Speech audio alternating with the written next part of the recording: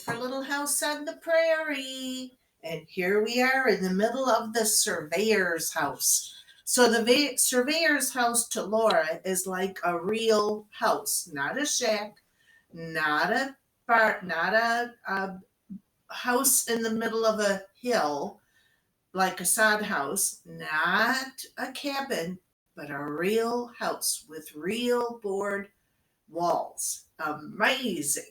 So here we are. Amazing things like a little mini store with all the food and stuff that they need to get them through the winter, and even coal, and even a barn to put the horses in and the cow in. How wonderful, wonderful place. The wagon was at the door. Laura ran out, shouting, "Oh, Ma, come quick and see! There are so many things in a big attic, Mary, and a stove and crackers, soda crackers." Ma looked at everything and she was pleased. "It's very nice, I'm sure," she said, "and so clean. We can get settled here in a jiffy. Bring me the broom, Carrie." Pa didn't even have to set up a stove. He put Ma stove in the lean-to outside the back door, where the coal was. And then while Pa built a fire, they arranged the table and chairs in the large front room. Ma set Mary's rocking chair by the open oven door. Already that good stove was giving off heat, and in the warm corner Mary sat holding Grace and amusing her, to keep her out of the way while Ma and Laura and Carrie were busy. Ma made the big bed on the bedstead in the bedroom.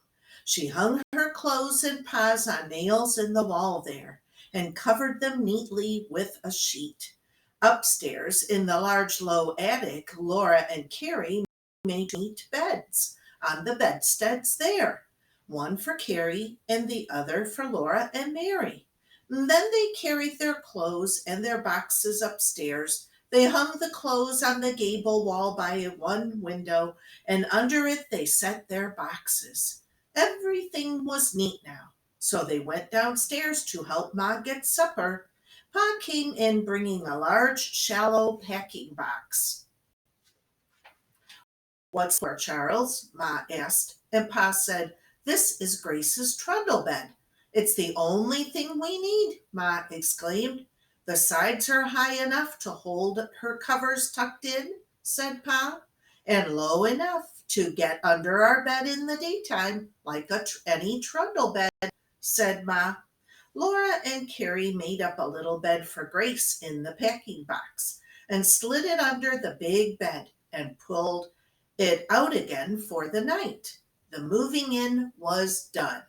Supper was a feast. The surveyor's pretty dishes made the table gay. Little sour cucumber pickles from a jar the surveyors had left made the warmed over roast duck and fried potatoes taste different. And after they were eaten, Ma stepped into the pantry and brought out, "Guess what?" she said. She set before them a little dish of canned peaches and two soda crackers.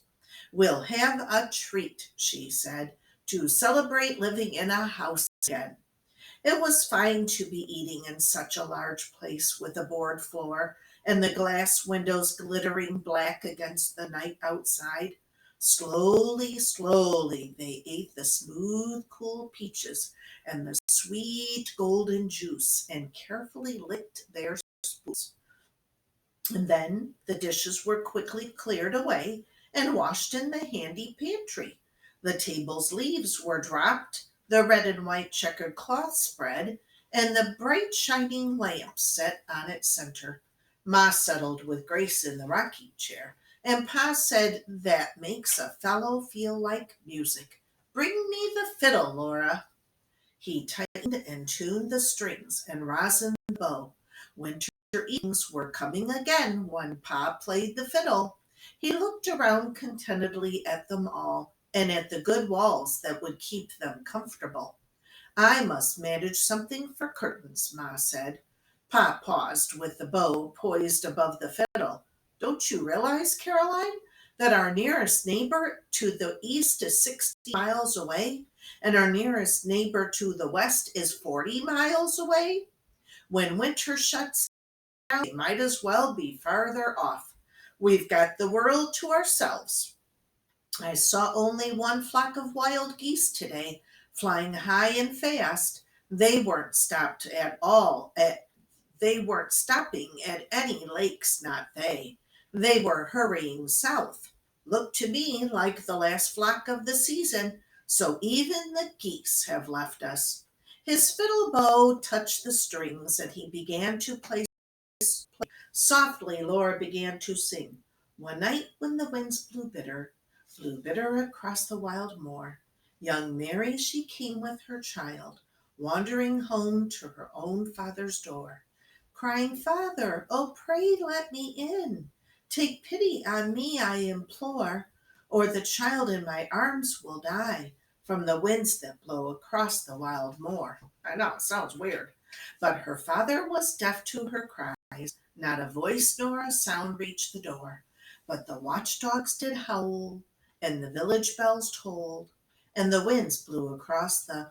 Pa stopped. That song doesn't fit, he exclaimed. What was I thinking of? Now here's something worth singing. Merrily the fiddle sang, and Pa sang with it. Laura, Mary, and Carrie sang too with all their might. I've traveled about a bit in my time, and of troubles I've seen quite a few, but found it better in every clime to paddle my own canoe. My wants are few, I care not at all if my debts are paid when due. I drive away strife in the oceans of life while I paddle my own canoe. Then love your neighbor as yourself as the world you go traveling through, and never sit down with a tear or a frown, but paddle your own canoe. That's what we'll be doing this winter, said Pa, and we've done it a good many times before, haven't we, Caroline? Yes, Charles, Ma agreed, and we haven't always been so comfortable and so well provided for. Everything snug as bugs in a rug, said Pa, tuning the fiddle. I piled bags of oats across one end of the stable to make a small place for the cow and the team. They'll have all they can eat too, and they'll be warm and cozy. Yes, we've got everything to be thankful for. And then he played the fiddle again. He played on and on, jigs and reels and hornpipes and marches. Ma laid Grace in her little trundle bed and shut the door. And then she sat idly rocking, listening to the music. Ma and Mary and Laura and Carrie listened until they were full of music. No one spoke of bedtime because this was their first evening in the new house, all by themselves on the prairie. At last Pa laid the fiddle and the bow in the fiddle box. As he shut down the lid, a long, mournful, lonely howl came from the night outside the window. Very near it was. Laura sprang to her feet. Ma rushed to comfort Grace's screaming in the bedroom. Carrie sat frozen white with big round eyes. It's only a wolf, Carrie, Laura said. There, said Pa. A fellow'd think you'd never heard a wolf before. Yes, Caroline, the stable door is well fastened. She was thinking about if the wolf could get into their animals. Yeah. Well, that's the end of that chapter. And now we're on to chapter 15, The Last Man Out. And here's a picture of Mary and Laura and Carrie getting ready in their attic bedroom. How fun that would be with the curved, and it's their own place up at the top of the stairs. How fun for them. Who's going to sleep in the big bed? Mary and Laura. Who's going to sleep in the other bed? Carrie. Who's the oldest? Mary. Who's the youngest? Carrie. Who's the middle child? Laura. That's upstairs. We also have baby Grace down with mom and dad. Okay. And this is called The Last Man Out. That doesn't fit the picture, does it? But that's okay, because it will. Next morning the sun shone, but the wind was colder, and there was a feeling of storm in the air. Pa had come from doing the chores and was warming his hands by the stove, while Ma and Laura put breakfast on the table when they heard a wagon rattling. It stopped by the front door. The driver shouted, and Pa went out to him. And through the window, Laura saw them talking in the cold wind. In a moment, Pa came back and hurriedly put on his overcoat and his mittens while he said, "We've got a neighbor I didn't know about last night. An old man, sick and all alone. I'm going out there now. I'll tell you all about it when I get back." He drove away with the stranger, and it was some time before he came walking home. "Brrr, it's getting colder," he said, dropping his coat on a chair and bending over the stove to warm himself before he unwound his muffler. That's his scarf. "Well, it's a good job done. That teamster's the last one out. He came all the way from the Jim River and didn't find a soul. Everyone along the line is going. Last night, when dark caught him, he saw a light about 2 miles north of the grade and drove to it on the chance of finding a place to stay the night. Well, Caroline, he found a claim shanty and an old man all by himself. His name is Woodworth. He has consumption and came out here to take the prairie climate cure. He's been living on his claim all summer and was going to stay all winter. Well, he's so feeble, the teamster tried to get him to go out, told him it was his last chance, but Woodworth wouldn't go. So when the teamster saw our smoke this morning, he stopped to see if he couldn't get somebody to help him persuade the old man. Caroline, he was skin and bones, but bound and determined to stick to the prairie cure. But it was the one cure the doctors recommended as pretty near a surefire thing. "Folks come from all over the world to take it," said Ma. "Yes, I know, Caroline. It's true enough, I guess. These prairies are about the only thing that cures consumption. But if you'd seen him, Caroline, no, he wasn't in any shape to stay alone in a claim shanty, 15 miles from a neighbor. The place for him is with his own folks." Anyhow, the teamster and I packed him up and loaded him on and his things into the wagon, lifted him in as easily as if he were carry here, and in the end he was glad to be going. He'll be a sight more comfortable with his folks in the East. "He'll nearly freeze to death riding in a wagon this cold day," Ma said, putting more coal on the fire. "He's dressed warmly, wearing a good overcoat. He wrapped him we wrapped him in blankets besides, and heated a bag of oats for his feet. He'll make it all right. That teamster is one fine fellow." Thinking of that old man going out with the last teamster, Laura really knew how deserted the country was. It would take them 2 long days to get to the Big Sioux River. All the way between the Big Sioux and the Jim, there was nobody at all except them, there in the surveyor's house. "Pa, did you see wolf tracks this morning?" Laura asked. "Yes, plenty of them all around the stable," said Pa. "Big tracks, too. Must be buffalo wolves, but they couldn't get in. All the birds have gone south, and the antelope were scared away by the men working on the grade, so the wolves will have to move on too. They won't stay where they can't kill anything to eat."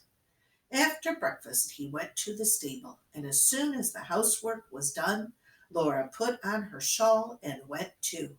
She wanted to see the wolf tracks. She had never seen such huge ones and deep. "Those wolves must be very big and heavy. Buffalo wolves are the largest wolves on the prairie and very fierce," Pa told her. "I'd hate to meet one without a gun." He was looking the stable over carefully to see that every board was nailed fast. He drove in more nails to make the wall solid, and he put an extra bolt on the door. "If one gets broken, the other might hold," he said. Snow began to fall while Laura handed him nails, and he hammered them in. The wind blew strong and keen, but it was a straight wind, not a blizzard wind. Still, it was a cold that they could not talk. It was so cold that they could not talk. At supper in the warm house, Pa said, I don't believe the winters are going to be so bad out here. Seems like the blizzards sort of draw down through western Minnesota. We are farther west out here, and they say that 3 degrees west is as good as 1 degree south. After supper, they all gathered in the warmth of the stove. Ma rocked Carrie slowly to and fro, and Laura brought Pa the fiddle box. Now the happy winter evenings were begun. Hail ye heroes, heaven-born band, firm united let us be, rallying round our liberty. As a band of brothers joined, peace and safety we shall find. Hail Columbia, happy land, Pa sang with the fiddle. He looked at Mary sitting quietly with beautiful empty eyes and folded hands in her rocking chair by the oven. What shall I play for you, Mary? I would like to hear Highland Mary, Pa. Softly Pa played a verse. Now, Mary, help sing, he said, and they sang together. How sweetly bloomed the gay green brink, how rich the hawthorns blossom, as underneath their fragrant shade I clasped her to my bosom. The golden hours on angel wings flew o'er me and my dearie, for dear to me as light and life was my sweet Highland Mary. It's sweet, Mary said, when the last note died away. It's never been, but it's sad. No, it's sweeter, but it's sad, said Laura. I like singing through the rye. I'll play it, Pa said, but I won't sing it alone. It isn't fair for me to do all the entertaining. So gaily all together they sang the lively song, and Laura got up and pretended to be wading across a creek, holding her skirts above her ankles, and laughing back her shoulder over her shoulder, singing, Ilka lassie has her laddie, name they say hey he, hey I. Yet all they smile at me when comin' through the rye. And that's it for today. We're going to stop right there with more of Pa singing tomorrow. Bye. Love you.